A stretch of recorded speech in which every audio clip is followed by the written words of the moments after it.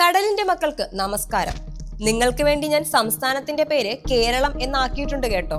എന്തൊക്കെ പ്രഹസനങ്ങളായിരുന്നു. അല്ല മോദിജി, അപ്പോ LPG യുദ്ധം അവസാനിപ്പിക്കാൻ എന്തെങ്കിലും ഇടപെടൽ നടത്തിയിരുന്നോ? തുടക്കം തന്നെ രാജ്യത്തെ ജനങ്ങളുടെ കഞ്ഞികുടി മുട്ടിച്ച NDA സർക്കാരിനോട് ഒരു ചോദ്യം. ഒരു നടപടിയും സ്വീകരിക്കാതെ എങ്ങനെയാണ് ഇങ്ങനെ ഇരിക്കാൻ സാധിക്കുക? രാജ്യം കടുത്ത LPG ക്ഷാമത്തിലേക്ക് നീങ്ങുകയാണ്.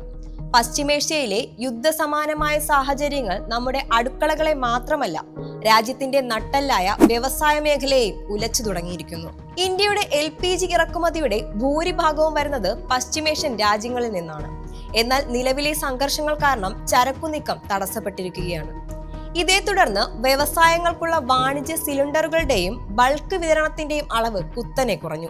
ഇത് ആഗോളതലത്തിൽ പല മേഖലകളെയും പ്രതിസന്ധിയിലാക്കിയിരിക്കുകയാണ്. ഇതിൽ ഏറ്റവും വലിയ തിരിച്ചടി നേരിടുന്നത് സ്റ്റെയിൻലെസ് സ്റ്റീൽ യൂണിറ്റുകളാണ്. ഉൽപാദന പ്രക്രിയയിൽ LPGയെയും പ്രൊപ്പെയിനെയും വളരെയധികം ആശ്രയിക്കുന്ന സ്റ്റെയിൻലെസ് സ്റ്റീൽ യൂണിറ്റുകൾ LPG ക്ഷാമം രൂക്ഷമായതോടെ വലിയ പ്രതിസന്ധിയിലാണ്. സ്റ്റീൽ പദാർത്ഥങ്ങളെ ചൂടാക്കി പരുവപ്പെടുത്തുന്ന പ്രക്രിയയിൽ ക്ലീൻ ഫ്യൂവൽ എന്ന നിലയിൽ LPGയാണ് പ്രധാനമായും ഉപയോഗിക്കുന്നത്. പ്ലാന്റുകളിലെ ഭീമൻ ഫർണസുകൾ പ്രവർത്തിപ്പിക്കാൻ ആവശ്യമായ ഗ്യാസ് ലഭ്യമല്ലാത്തത് ഉൽപാദനശേഷിയെ ബാധിച്ചു.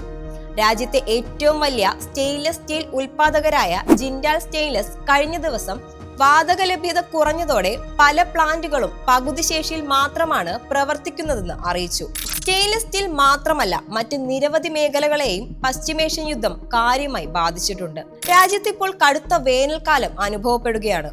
ഈ സാഹചര്യത്തിൽ ഇന്ത്യയിലെ കുപ്പിവെള്ള വിപണിയും കടുത്ത പ്രതിസന്ധിയിലേക്ക് നീങ്ങുകയാണെന്നാണ് റിപ്പോർട്ട്.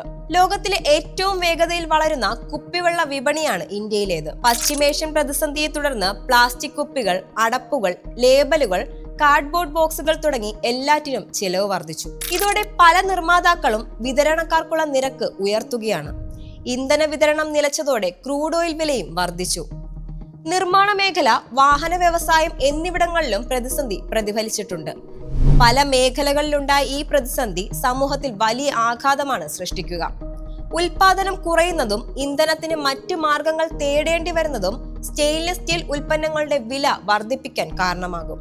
140 കോടി ജനങ്ങളുള്ള ഇന്ത്യയിൽ ശുദ്ധജലം ലഭിക്കുക എന്നത് പ്രയാസമേറിയ കാര്യമാണ്.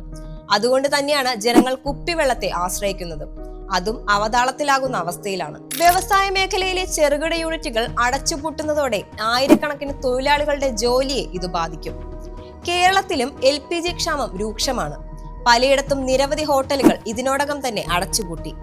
LPGക്ക് പകരമായി മണ്ണെണ്ണ, കൽക്കരി തുടങ്ങിയ താൽക്കാലികമായി ഉപയോഗിക്കാൻ പല നിർദ്ദേശങ്ങൾ വരുന്നുണ്ടെങ്കിലും പരിസ്ഥിതി നിയമങ്ങളും സാങ്കേതിക പ്രശ്നങ്ങളും ഇതിന് തടസ്സമാണ്. LPG ഇറക്കുമതിക്കായി റഷ്യ ഉൾപ്പെടെയുള്ള രാജ്യങ്ങളിൽ നിന്ന് പുതിയ കരാറുകൾക്ക് കേന്ദ്ര സർക്കാർ ശ്രമിക്കുകയാണെന്നാണ് അവകാശപ്പെടുന്നത്. അതേസമയം LPG ക്ഷാമ ബുദ്ധിമുട്ടിൽ വലയുന്ന ജനജീവിതം സാധാരണ നിലയിലേക്ക് മടങ്ങാൻ ആഴ്ചകൾ വേണ്ടിവരുമെന്നാണ് റിപ്പോർട്ടുകൾ.